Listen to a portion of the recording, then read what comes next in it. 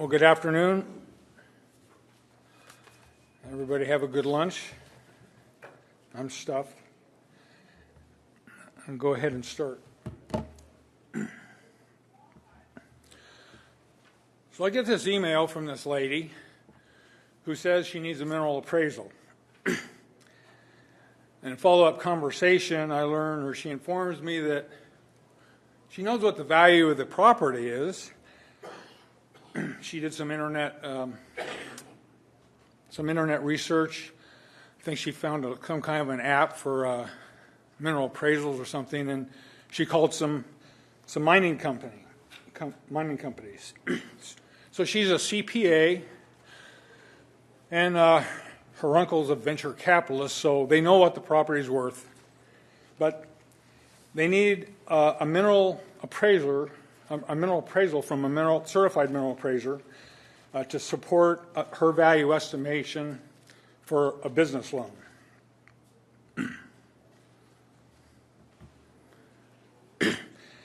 So her economic model is somewhat optimistic. She doesn't consider market entry or absorption rates. So this assignment is full of red flags, and I know better.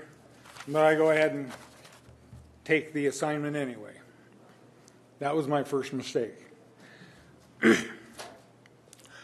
So I ran her numbers.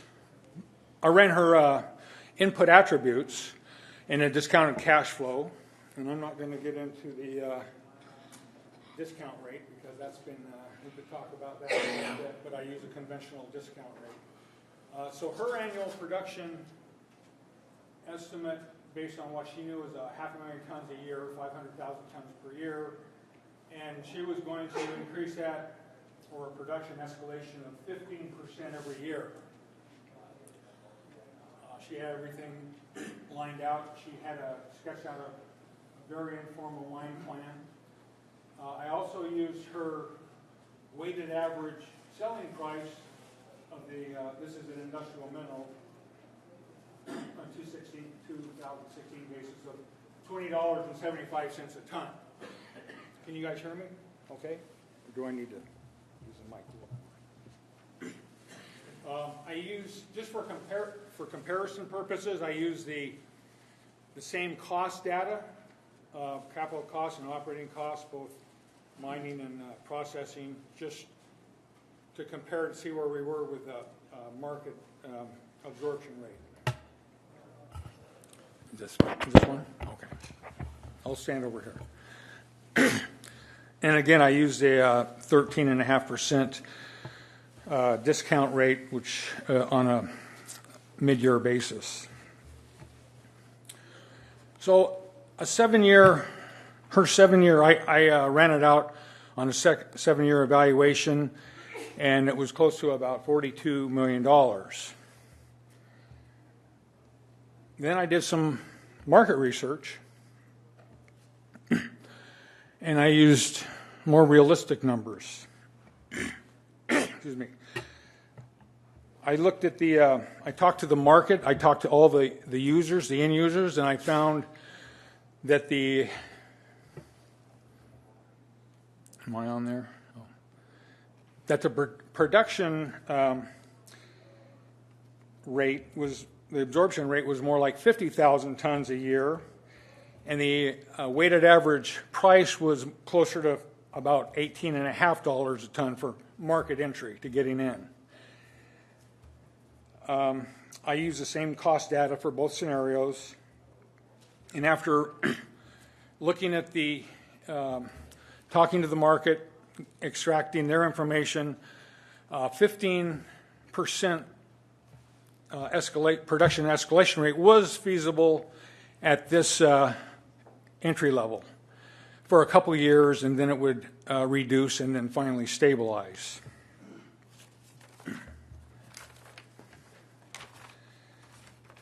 So, excuse me. So using these figures with the 50,000 tons annual production and the rate price that's at $18.60. 7-year evaluation period just breaks even. I think you can see that it was, and actually in year 7, it was still in the deficit, but then I added back the acquisition cost for reversion, paid back the working capital, and there was a salvage value at the end. So this is actually a fictitious Pollyanna scenario, but it represents a pretty good example of what I get every year with clients or potential clients giving me information. It's not uncommon for uneducated property owners or even some valuators to come up with grandiose economic estimates largely based on optimistic annual production and price attributes rather than achievable market entry and absorption rates. So the 3 most important elements of industrial mineral valuation, and by industrial minerals I'm talking about everything from low value aggregates and fill material to high value extenders and fillers and chemical grade mineral deposits containing unique or special properties that meet the end user's particular specifications. So market, and market are the 3 most important elements of the industrial mineral valuation. So what is the market, and what market attributes are essential for developing a credible industrial mineral appraisal? End uses and end users define the market for industrial minerals. Regardless of the quantity and quality of the mineral deposit, the end users determine the demand. Again, market entry and absorption rate. So what are market entry and absorption rate? Market entry is the process of introducing a new mineral or mineral deposit into existing or emerging markets. Concessions of lower sales volume and or lower unit price is generally necessary to attract market interest.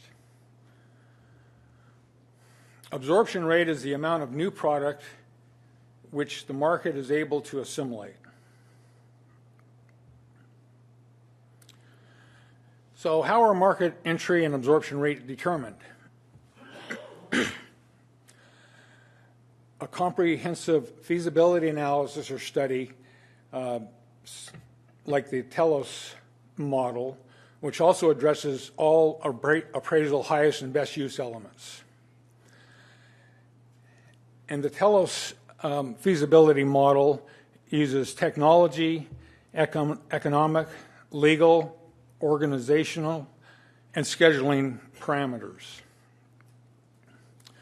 The appraisal highest and best use elements are physically possible, legally permissible, financially feasible, and maximally productive.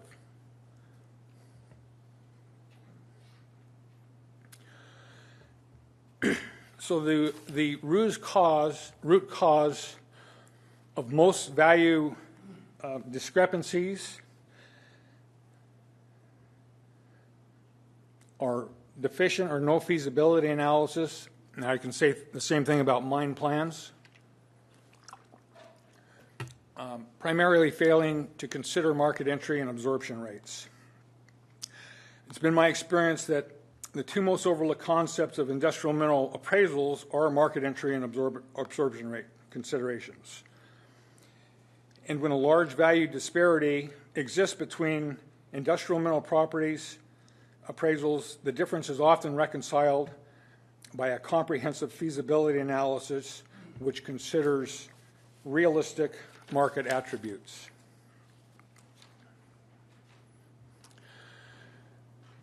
So I'm going to talk a little bit about a couple standards and some of the standards we've already looked at earlier today. that speak to conducting feasibility analyses, USPAP, or the Uniform Standard of Professional Appraisal Practice, and the Uniform Appraisal Standards for Federal Land Acquisitions, informally known as the Yellow Book. So the Uniform Standards of Professional Practice, the fundamental USPAP appraisal standards for real property, such as mineral interests, include performing sufficient and adequate supported research and analyses to achieve a credible assignment result, such as a comprehensive feasibility analysis.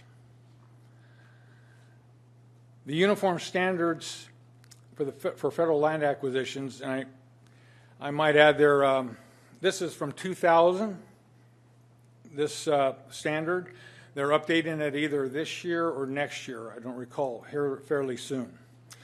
But Section D11 speaks to valuation of mineral properties. And I've listed a couple different passages from this Yellow Book because they really bring home the fact that we need to do the feasibility analyses.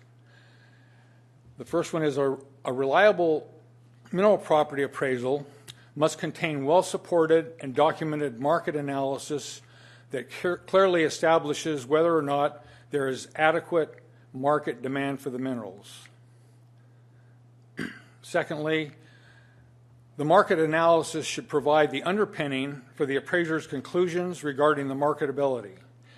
It is critical that the appraiser adequately addresses the question of the market for the mineral found on the property.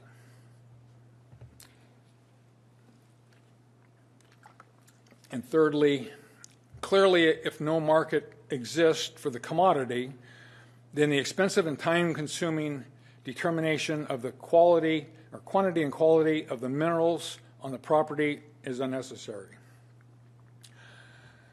So since we're talking now about quantity and quality, that's a good segue into the second set of standards, which speak to conducting feasibility analysis. And this is for public investment purposes. The Canadian National Instrument 43101 and the SEC Standard Guide 7 for mining and oil and gas. So the 43101 says the economically mineable part of a measured or indicated resource demonstrated by at least a primary feasibility study. This should include adequate information on mining, processing, metallurgical, economic, and other relevant factors that demonstrate at the time of reporting that economic extraction can be justified.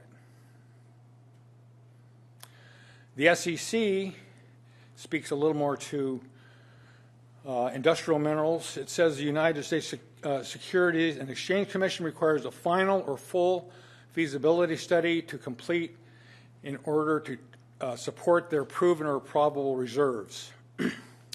Note that for industrial mineral properties, in addition to the feasibility study, sales contracts or actually sales may be required in order to prove the project's commerciality and resource and reserve status. So real quickly, I'm going to talk about two recent examples from California. Each case offers independent values for the same mineral property at the same effective dates. And in each case, the valuations was performed by geologists or mineral economists.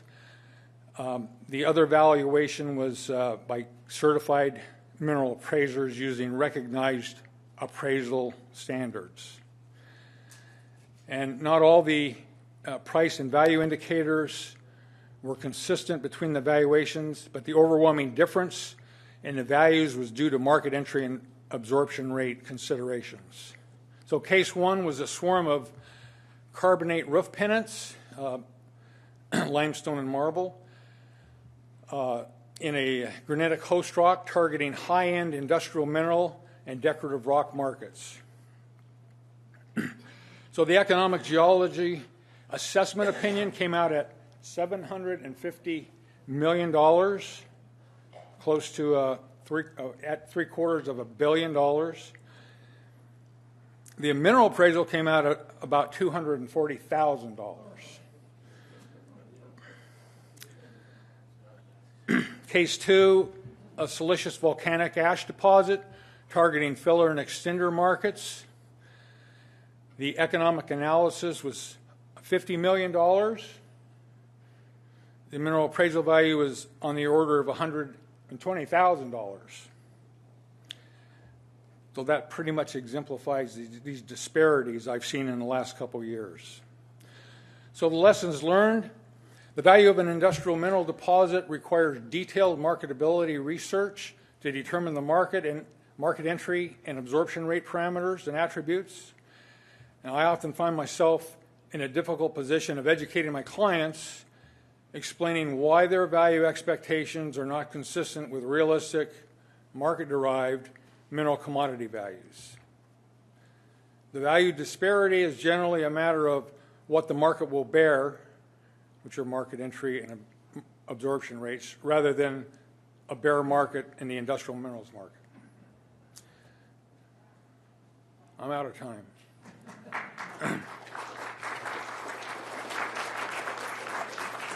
you. Are there any questions for Marc? So please, does anybody have any questions? What if he make him feel so happy? Please go to the microphone so we can hear. No. He wants to know why one of my clients isn't happy. It's never too young to educate your clients on where they might be going awry. So that's just an example. No other questions? Thank you. Either I answered everything or I didn't give enough information for anybody to ask questions. If not, thank you very much, Marc.